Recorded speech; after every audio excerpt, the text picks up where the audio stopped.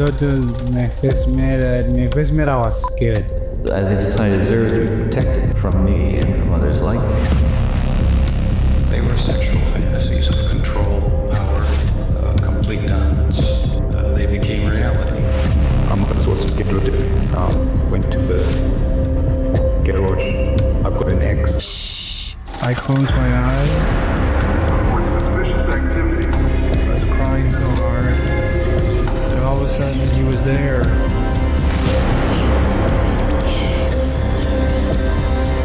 It was the only thing that gave me any satisfaction. I am a human being and I killed human beings.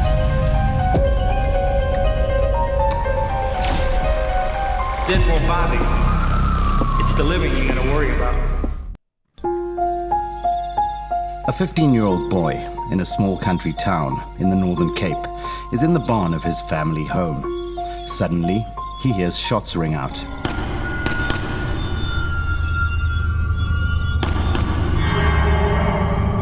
Afraid, he hides himself in the barn until the sound of gunfire seems to have passed. He leaves the barn and slowly approaches the house. He enters. There, he discovers two bodies, a 44-year-old man and his 43-year-old wife, the boy's mother and father. Then he discovers his 14-year-old sister, injured but still alive. He rushes to her side, attempting to lift her, but she dies in his arms, grabbing his t-shirt, tearing it as the life drains from her body. Realizing the threat could still be nearby, the boy rushes to warn farm workers. Upon reaching his vehicle, he hears a second round of shots. So he flees. At the gate to the farm, he discovers a cache of discarded weapons. He collects them and takes them to the police, reporting his family dead. In Griekwastad, only one of the family remain. But what really happened that night?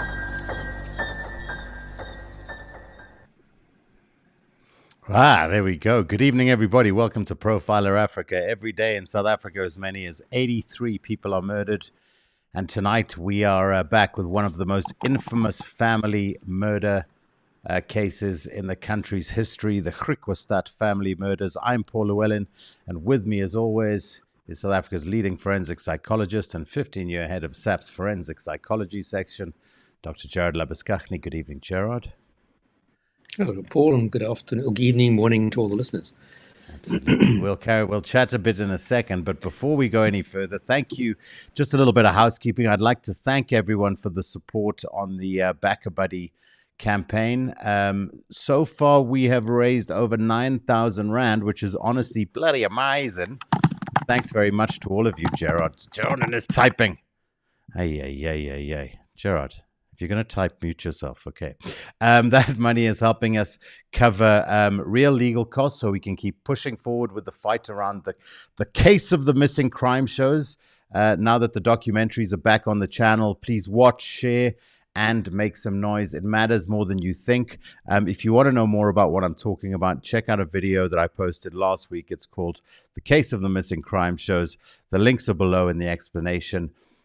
Right now, though, but before we get into tonight's story, I think what I want to do, Gerard, is just introduce one little, let me get the two-shot up there, introduce one little section, or make one little point, because we have discussed this before, but since then things have changed. Now, in South Africa, there are legal protections around publishing anything that could identify an accused who was a child at the time of the proceedings. And over time, the courts have reinforced child identity protections in criminal matters. The core provision people bump into is Section 1543 of the Criminal Procedure Act, which restricts publication that reveals or may reveal a child or accused or witness's identity unless a court authorizes it. And the Constitutional Court has also dealt with the broader child anonymity framework in criminal proceedings, reinforcing the best interests of the child approach and expanding protections in keen ways. So, this is quite a highly publicized story, and I'm sure that a lot of you are familiar with the names around the cases, but we won't be using them tonight. We'll be telling the story as properly as we can, analyzing the evidence and the psychology properly, but we're not here to create legal problems for the channel. So, Gerard, good thing, bad thing? Comments on that point? Oh, wait, now I've muted you. No, There we go. Look, I think in general, the protection of minors who commit crimes is important. I mean, kids do things that through the stupidness of youth, or I just do think a kid's identity should be kept quiet if he committed the crime when he's under 18, no matter what he did. I think in this case, it becomes kind of stupid and ridiculous because his name is all over the internet. So I don't think that act should be applied retrospectively when the name has been mentioned a gajillion times in all sorts of media, documentaries. I mean, it's kind of like, it's so maybe for the future, yes, but for retrospectively, it just becomes totally impractical. Because if you go Google this case, you'll find this kid's name. It's not an issue. But I do think, yes, children who are involved in the criminal justice system should have their name protected. I do think that's a valuable point.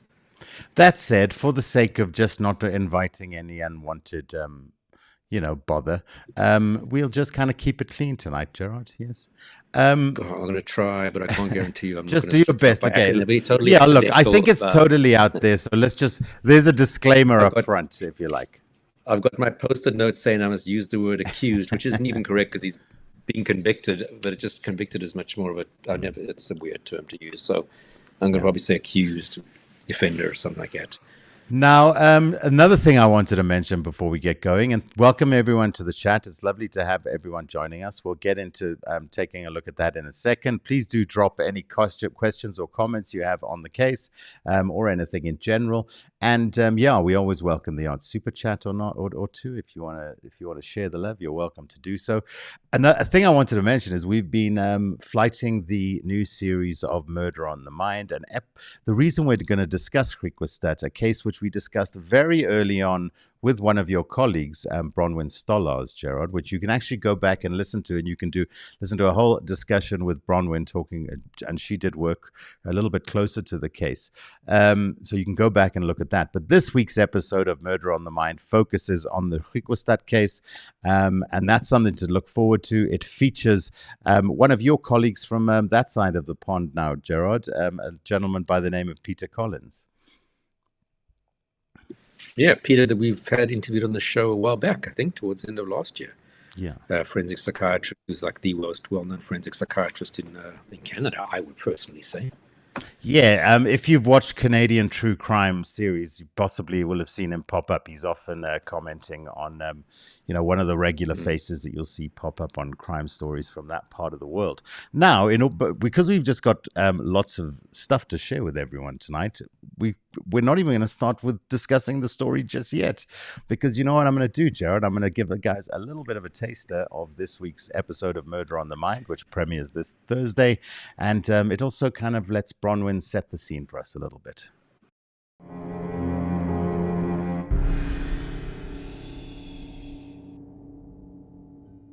The murders happened on the 6th of April 2012, and I only became involved once the trial had already finished and the matter was going to sentencing. So the accused had already been found guilty, and that was then in 2014 that I was asked by the prosecution to provide the court with a pre-sentencing report. By the time I got involved in this case, he had already been found guilty, and he was found guilty of 3 counts of murder. So the murder of his mother, his father, and his sister, Martella, who was 14 years old at the time that he killed her, as well as the rape of Martella.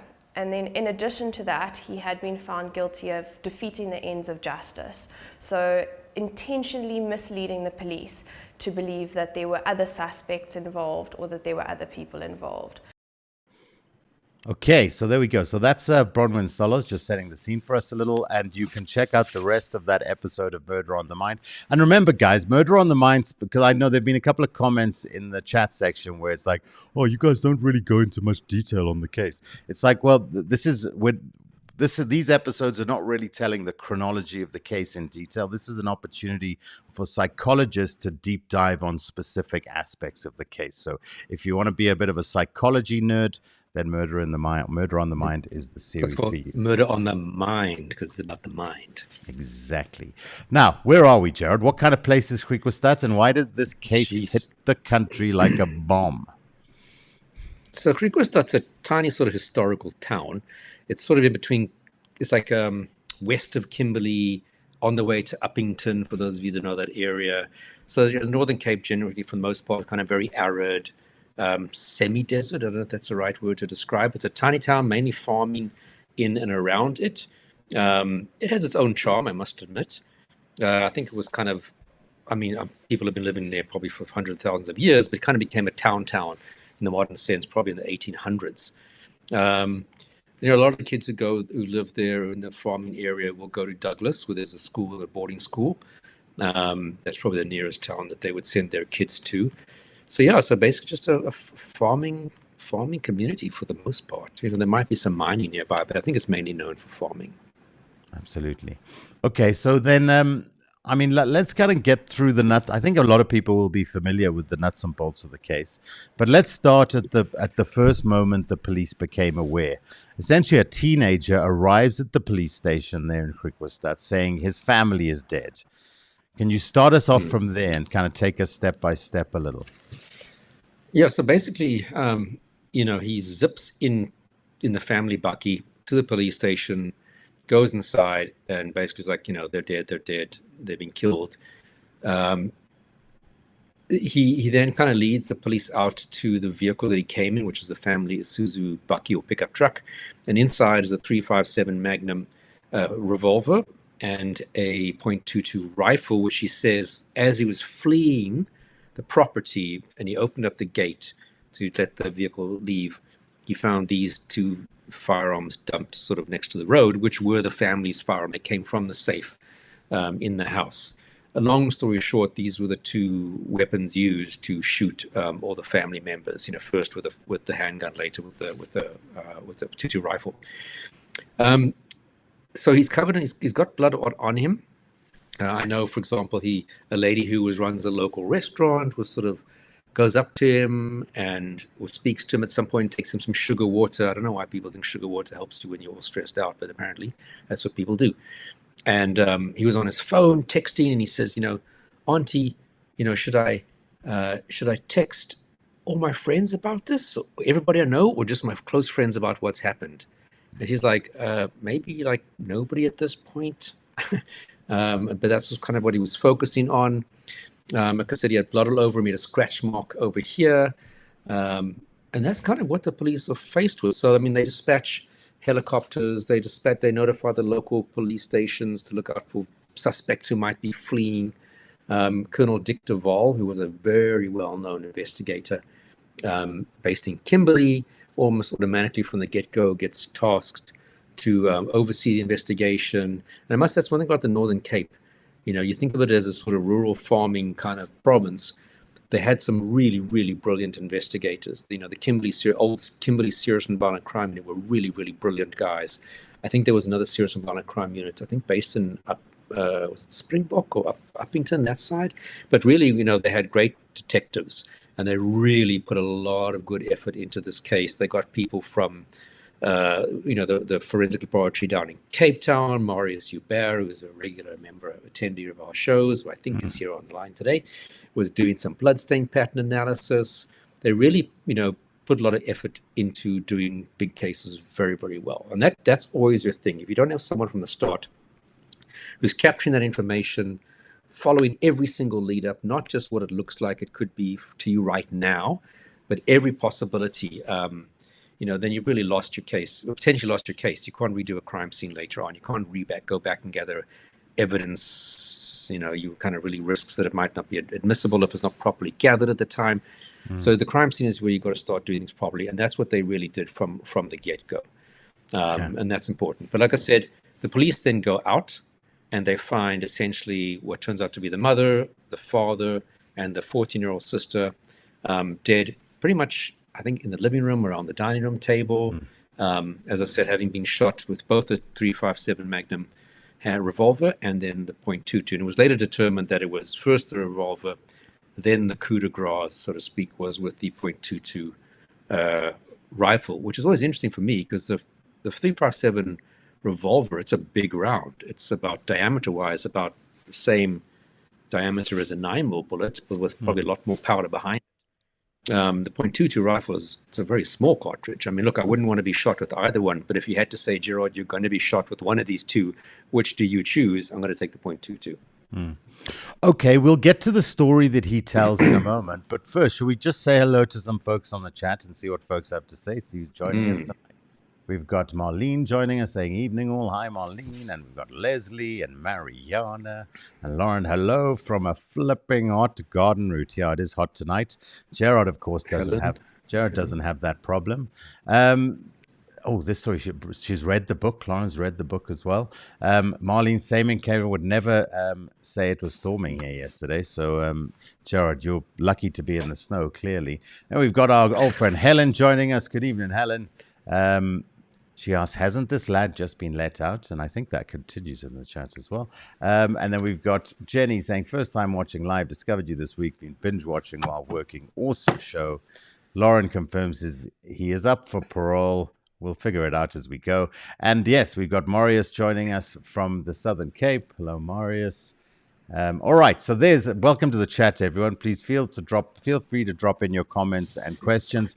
Happy for you to give us all of the very latest updates if you want as well. Share what if you've read the book, your thoughts on the story, and any specific questions you may want asked. We'll do our best. Gerard will do his best anyway to answer them.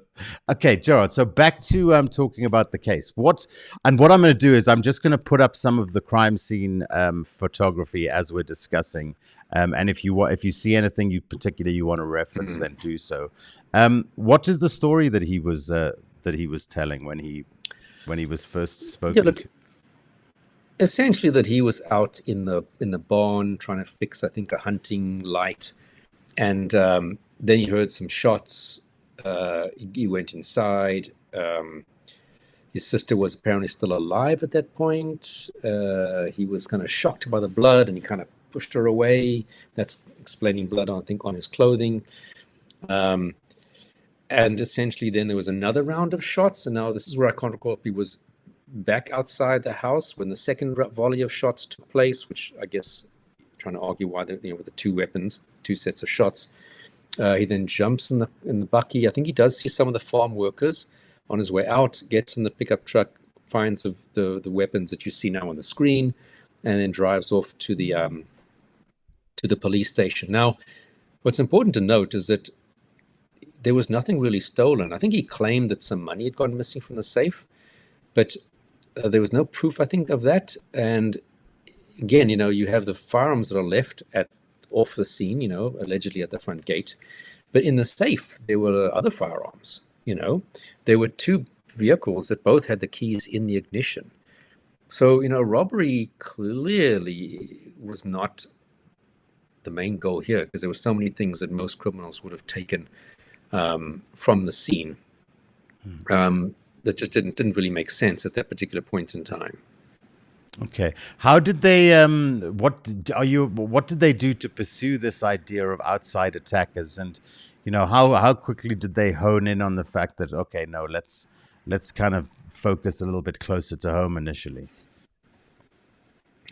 I think it was, look, I mean, I can't say exactly when did they start to think that he might be suspicious. I know it was still a week before I think they started to look at him formally as a suspect. I mean, they might have already from the scene started to wonder. Like I said, there's no forced entry at all at the house. The suspect goes to the house, ends up killing 3 people, but didn't go there with a firearm.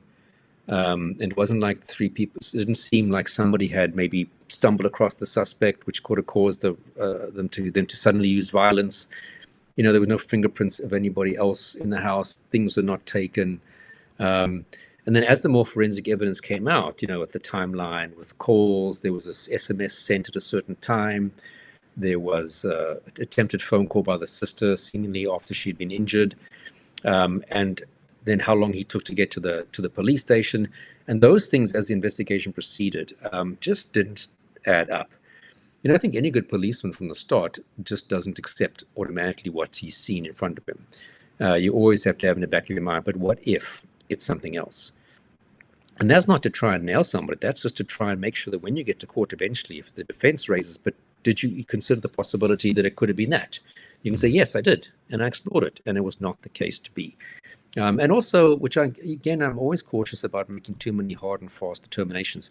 He just didn't seem particularly upset or emotional, and this persisted throughout. I mean, I always say I'm careful about judging people's guilt based on their emotional reactions, because these are really highly unique, high stress, once in a lifetime, if that ever, types of situations.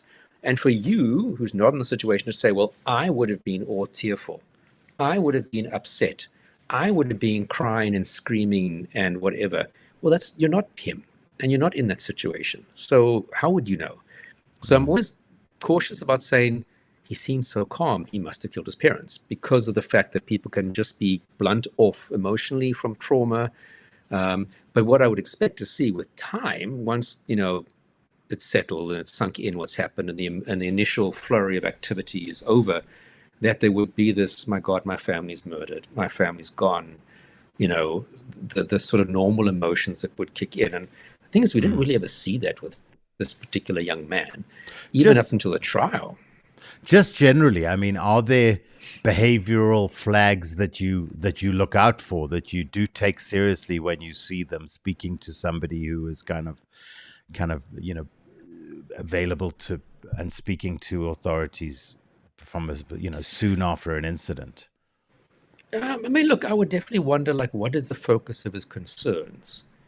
And if you're focusing on how much you're going to inherit, or what's going to happen with the Bucky, for example. And I think there were examples of that, not necessarily from the crime scene, but as time went forward, where he seemed more worried about not the fact that his parents were gone and he's going to be alone for the rest of his life, and he's, however old he was at that particular time. Then you kind of just start to wonder, most people at one point would start to have the grieving kick in. Yeah. Could be a week later, after the funeral, whatever. And it wasn't a case of what's going to happen to me. It's kind of like, how much money am I going to inherit? Which, I don't know, just, again, I'd be cautious about that on its own. But, yeah. That said, we do live in a country where attack from external, from external attackers is fairly commonplace. So, I mean, I would imagine in this part of the world, it's not completely unheard of. So something that they might take seriously from the get-go, just at face value.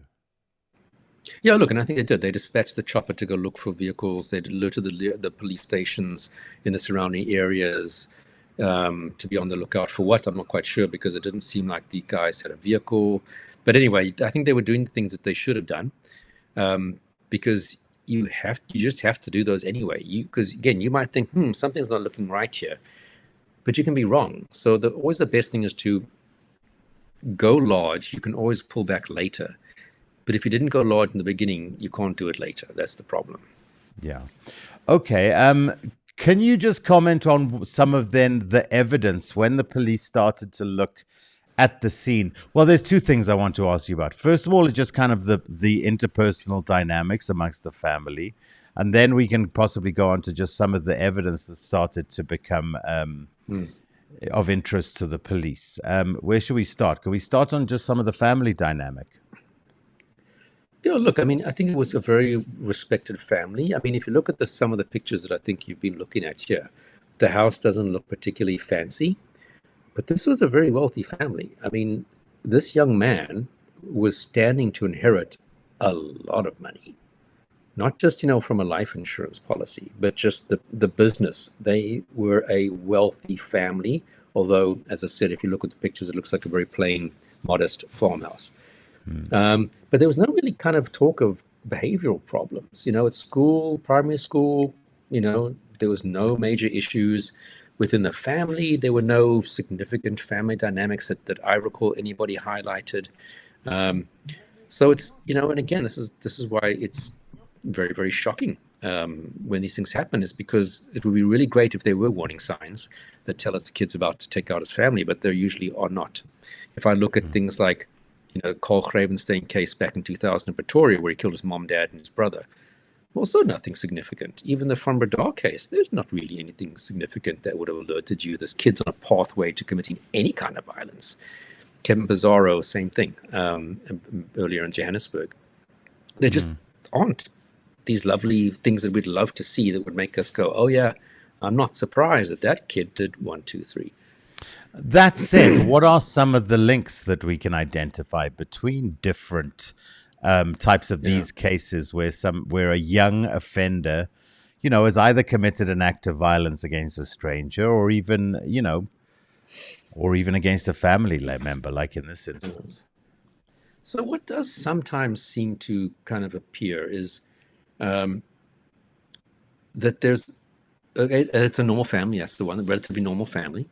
But that is often a feeling of, one child is seen as I don't know what the right word is, the better, more successful at school, better behaved. Why can't you be like your brother? Why can't you be like your sister? Not in an extreme form where the other one's being put down the whole time, but just in the sense of this one is just perhaps is functioning a lot better, and one is perhaps, kind of like the parents at night probably think, why can't he be like his sister and more like his sister? That kind of sense. But in most of these cases that I worked on, Carl Gravenstein, Van Breda, this one, like I said, that there's going to be a huge financial payout to the surviving person is something you can't ignore in a lot of these cases, that somebody's going to make a lot of money if they're the sole surviving member of the family. All right, just to go into a couple of comments, Lauren says the police were supercharged because he made out that it was a farm murder. We've got this was a very close-knit Afrikaans community where everyone knows everyone. Does this make it harder to believe it was the accused who did it? Yeah, what is the influence of the community there? Because a lot of people will have known this family, will have known the accused well, and will have had an opinion on kind of the nature of the family and the nature of the individuals within it.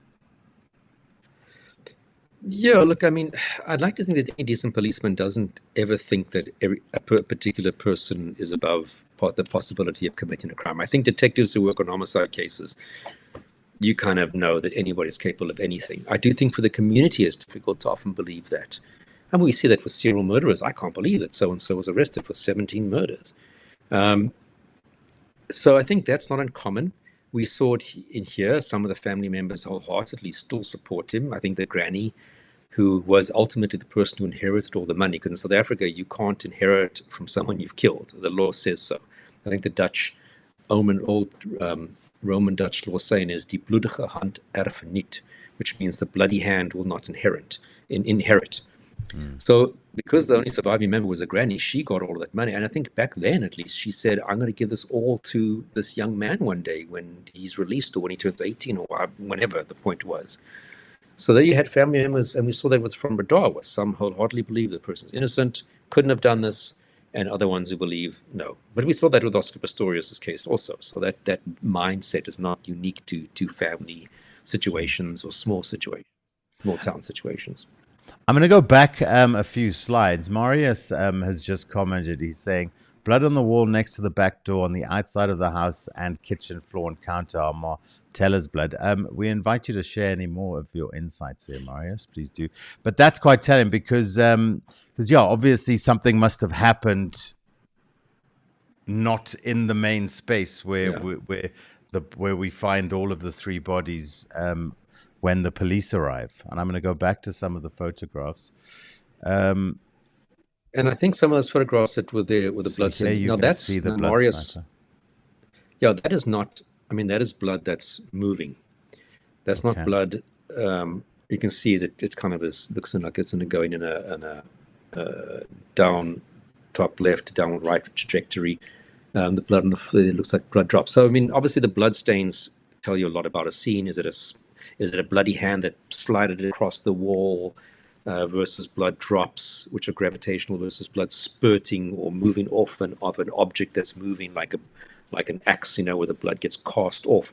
So all the blood tells you something about the dynamics of what was happening. That's where you want experts like Marius and other people in SAPS who are bloodstain pattern experts to help you tell the story of how this unfolded. And of course, does it match what the person was saying? And then, of course, whose blood is it? Whose blood? You might have what looks like one blood, but it might be two people's blood. So all of that's absolutely essential. Like that looks like, if you go back to one slide, there you go. Looks like blood that was on something, like maybe the person's clothing, and he leaned up against there, or put a bloody arm against that, and then now there's a transfer of blood. And again, I hope I'm not butchering the terminology. I mean, Marius says that the photographs don't want to cast off. Yeah, this is that one. Marcella's hands. So that will be like hands got blood on it, and as you fling it, blood flies off. Like if you had water on your hand and you did that, it's being flung off. Yeah. So what does that tell us about the scene? That there's movement, and I think it was confirmed that she had been moving at some point after initial injury, and then eventually passed away, and possibly a fight or something between her and the brother. And here we go as well. Kitchen counter. Sorry, let me just make this the right size there, so it's not being blocked. There we go. Okay, I get I set these things up to be the right size at the beginning of the episode, and then they always come up. So kitchen counter bloodstain, pieces of grass in bloodstain suggests Martella was outside on grass when grass was transferred onto her t-shirt, indicates she was outside and came back inside. And then we've got photograph 37, the counter bloodstain with grass piece in. Martella made contact with the counter. Okay, and then you can see.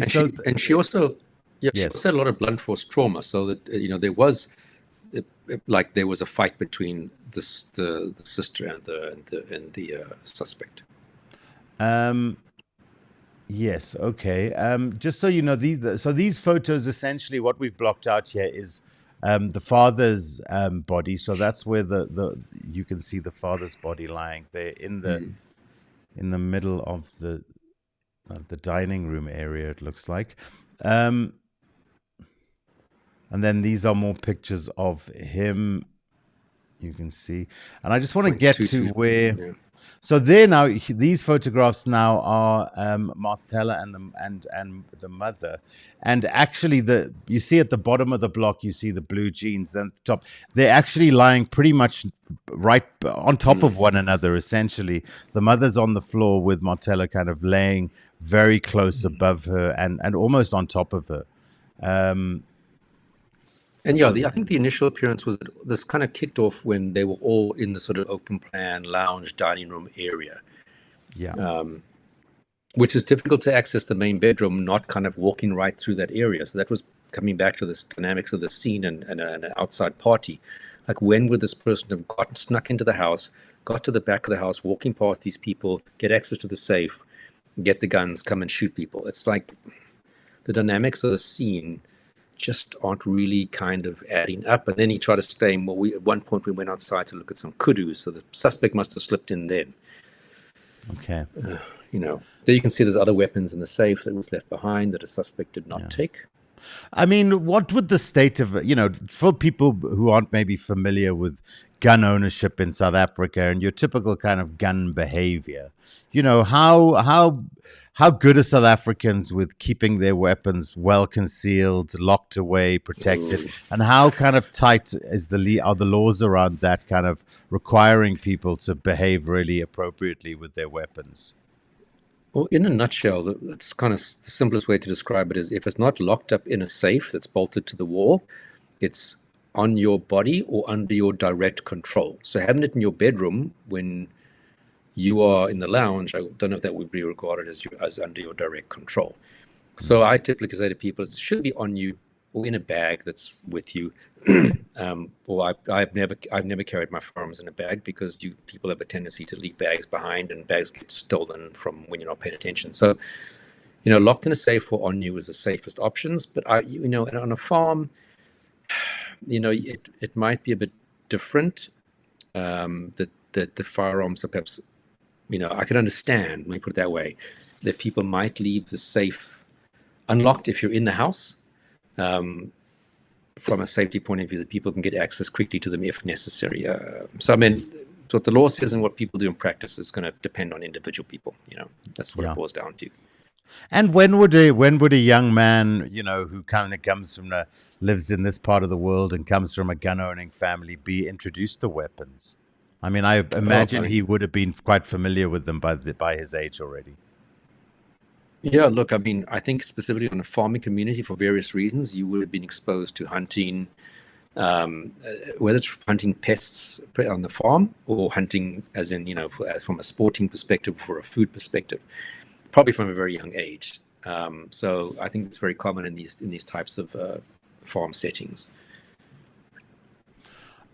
Just some more nice comments from Marius here that I'll jump into, just because he's given us some great first-hand insights here. So father was face down. There was movement from him before he died.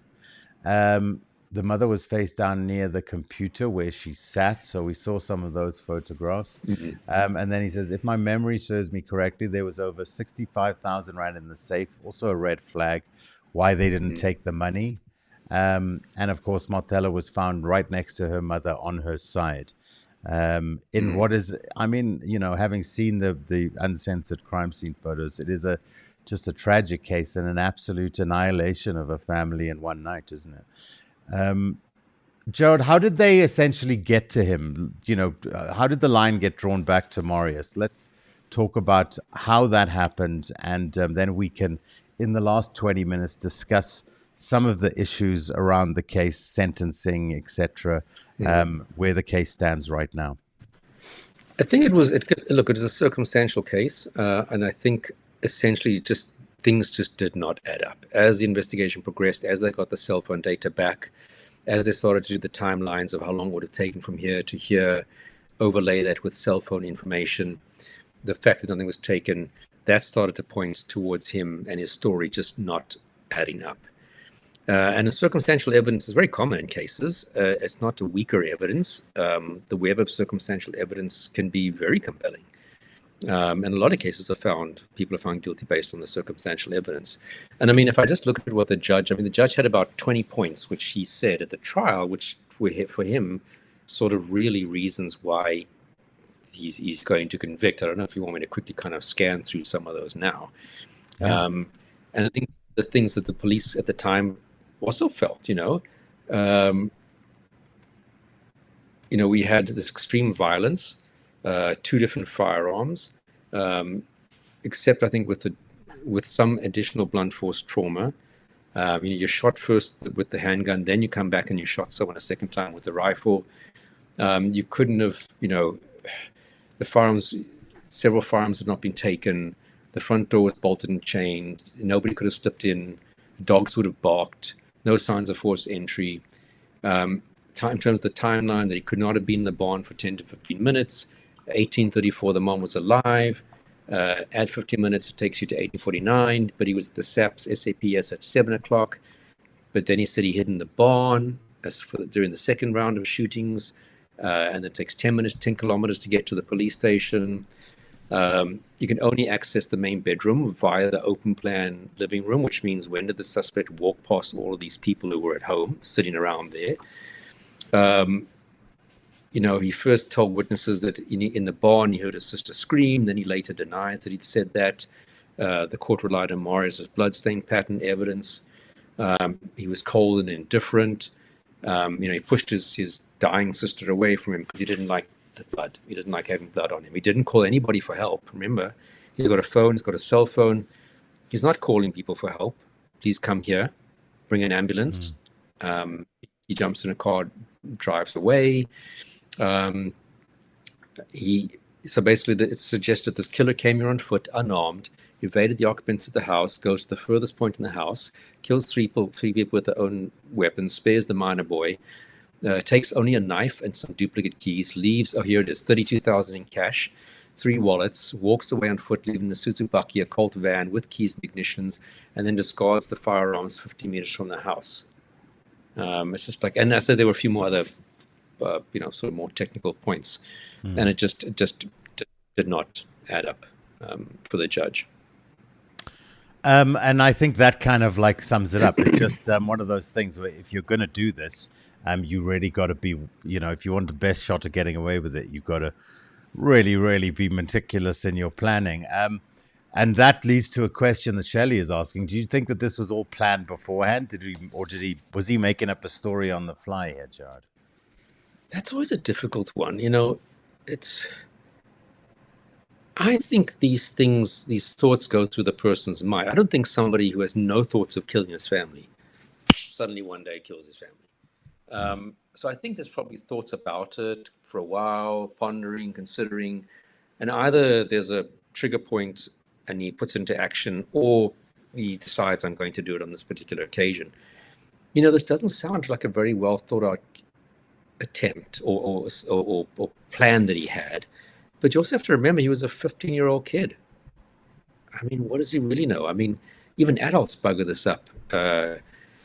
You know, it's very difficult to, if you have a proper police investigation, it's really difficult to kind of fake it or stage it so well that cops aren't going to go, nah, something's not making sense here. You know, even if you watch Profiler Africa a lot, you know, you might still not get it right to stage a crime scene to look like something that you don't want it to, that you want to divert people's attention. And you've got to maintain it. It's not just at the crime scene. I mean, like now, you're now being suspected. You've got to maintain this for a long time throughout the trial, etc.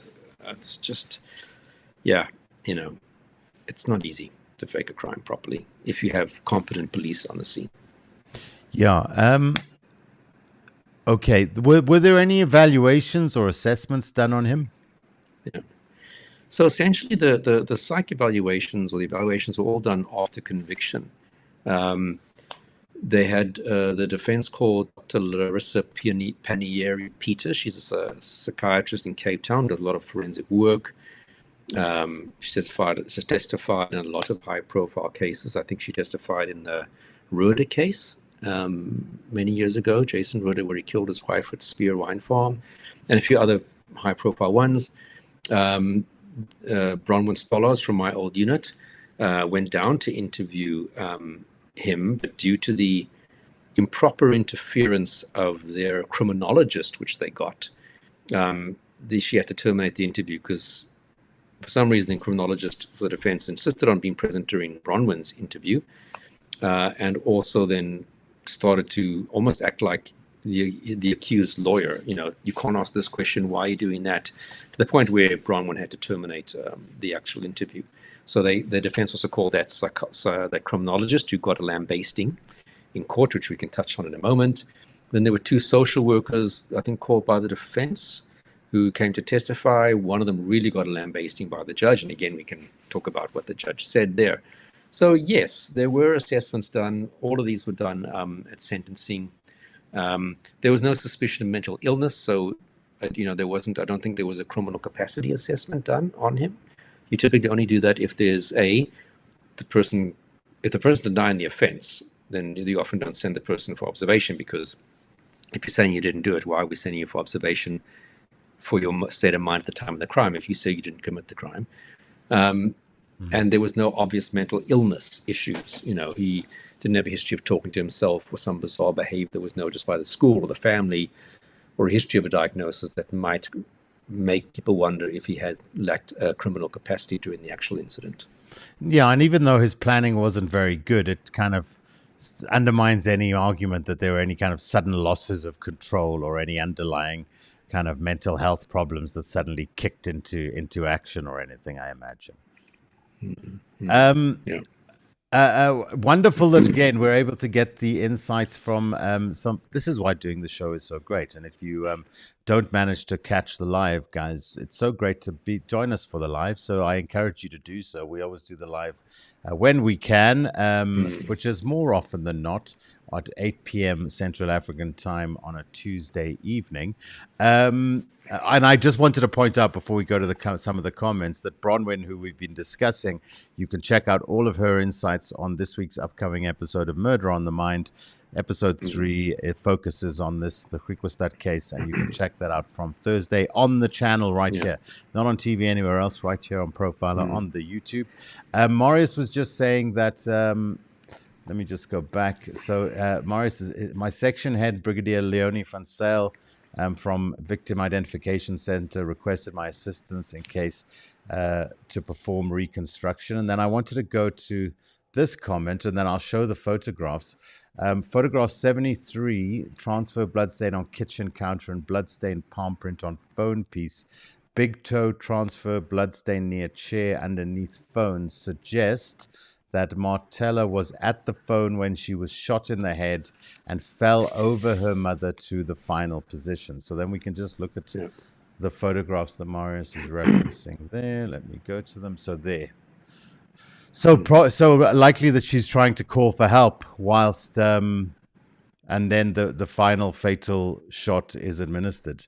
And what's interesting is that if you look at the Prombadar case, remember that his sister also initially has survived. So it's interesting that it's often the sisters that, at least for a time period, survive.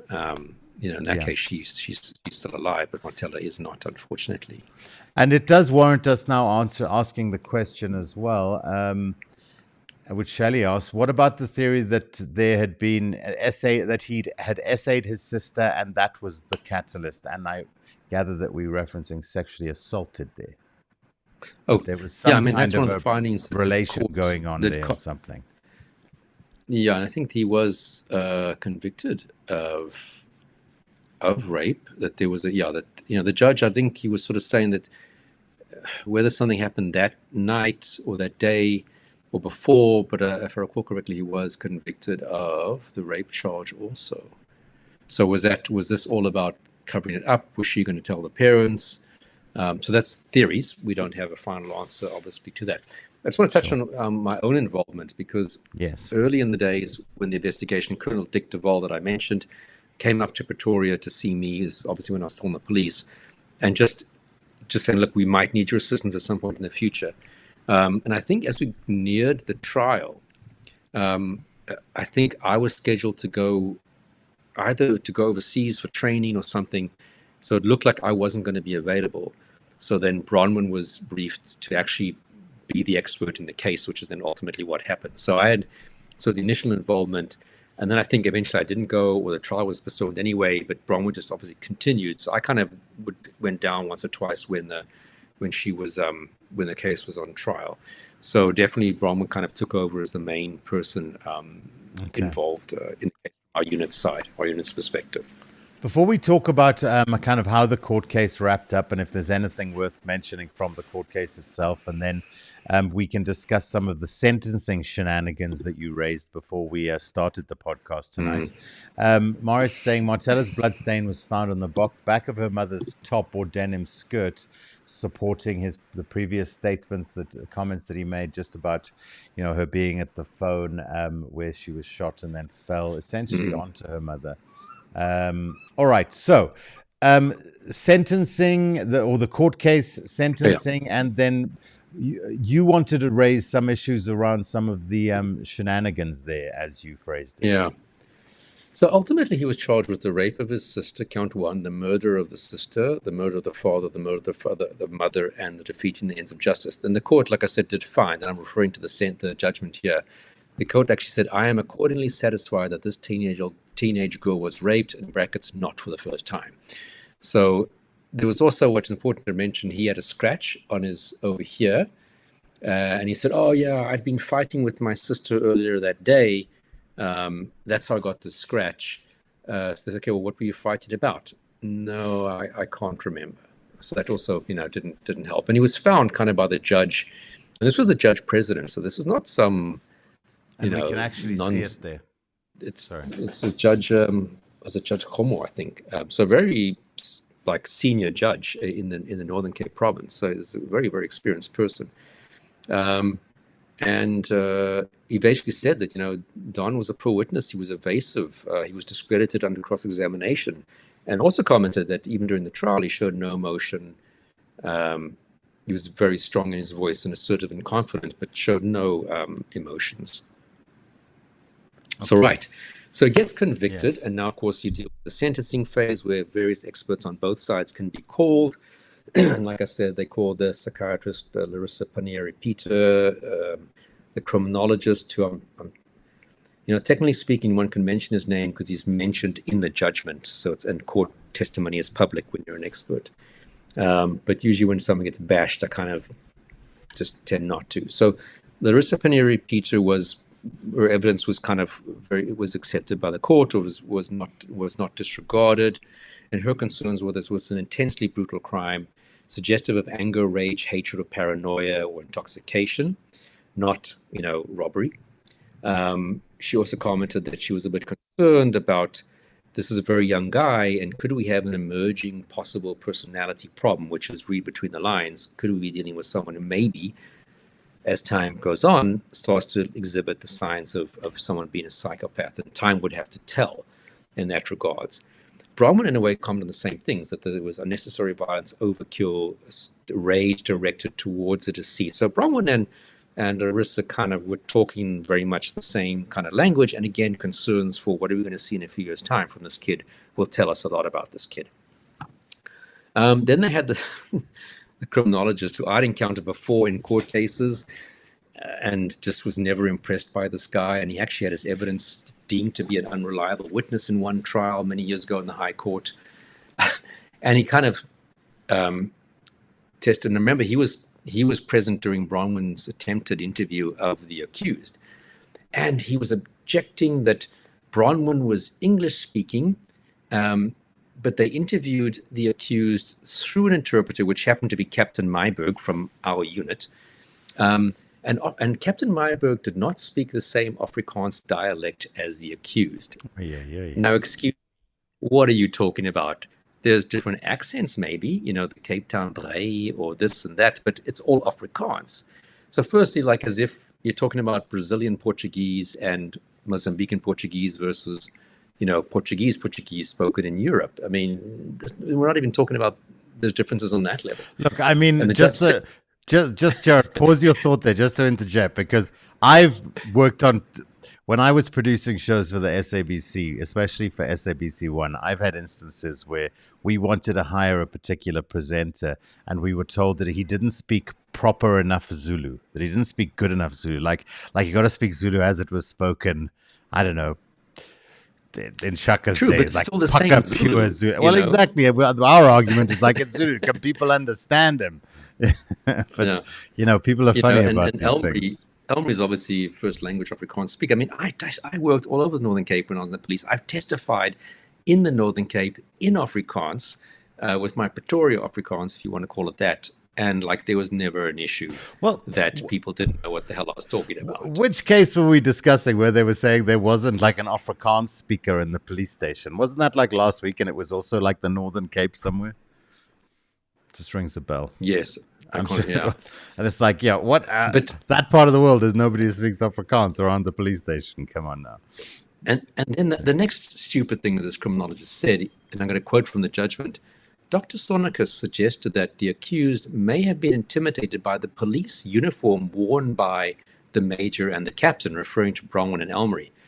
Now, I had to laugh my butt off, because I think in my total career in the police, I saw maybe Elmri and Bronwyn once wearing a uniform because they were forced to do so. We never wore uniforms in our normal duties. I mean, I wore them if I had to do, during elections, and I was posted to, for example, I was once posted to Alexandra doing elections, so I had to go and inspect all the polling stations. So then I was wearing my uniform. But we never wore uniforms in our normal investigative duties. So that's just excuse my language, a fucking blatant lie. And look, I'm sure that, with all due respect, I'm sure Bronwyn looked great in a uniform. I'm sure you'd look great in a uniform. I mean, you know what I mean? We always say the psychologists that we seem to get on the show are all a sexy bunch. And, put them in a uniform and it's at least an extra 20-30% sex appeal. Yeah. And then the judge later on commented on, this is again, I'm quoting from the judgment, which anybody can go and download.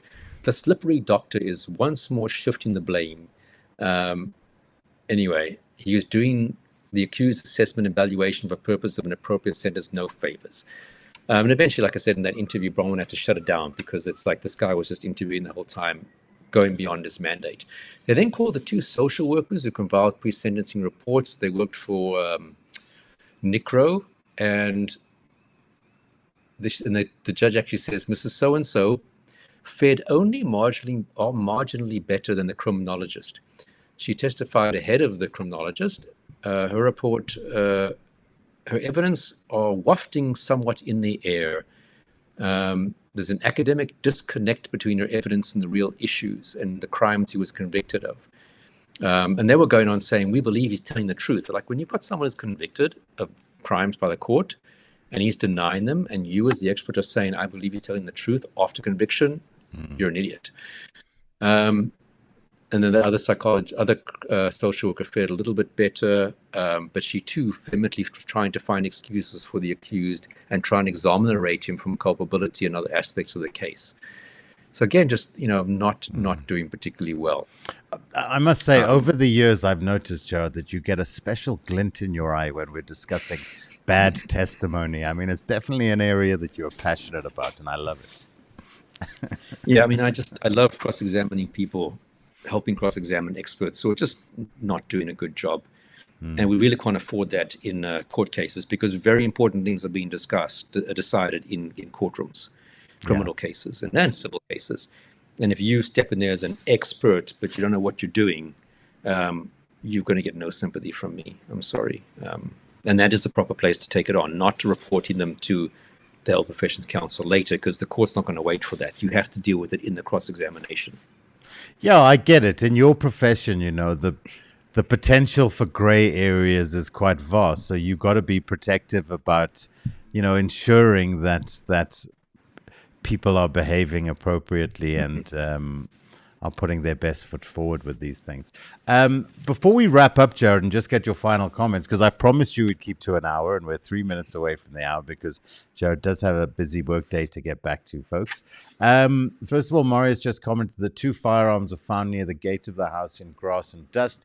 These firearms were examined by me and noted in my statement that these firearms had no dust on them. They were very, very clean. And then we got Michael. He had gunshot residue. Morris can confirm. I think he had gunshot residue on him, but I think he said, well, earlier the day he'd been shooting meerkats or dassies or some other pests. Okay.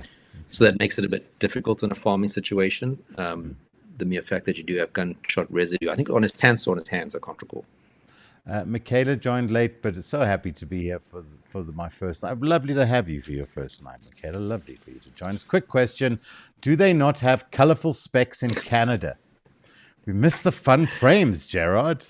My green specs broke. Then at the end of last year, I decided to go get actually prescription glasses. I just used to buy +1s from the local, pharmacy.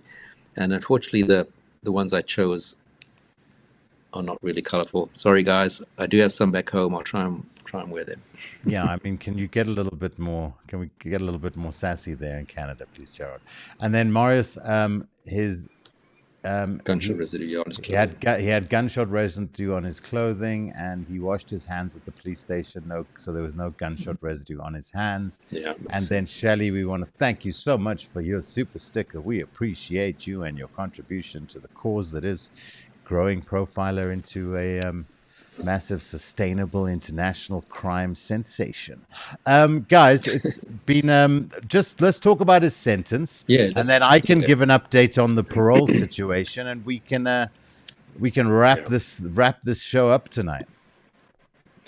Yes, so count 1, which is the rape of the 14-year-old sister. Remember, normally, if you rape a minor child, meaning someone who's under 18, it's a life sentence.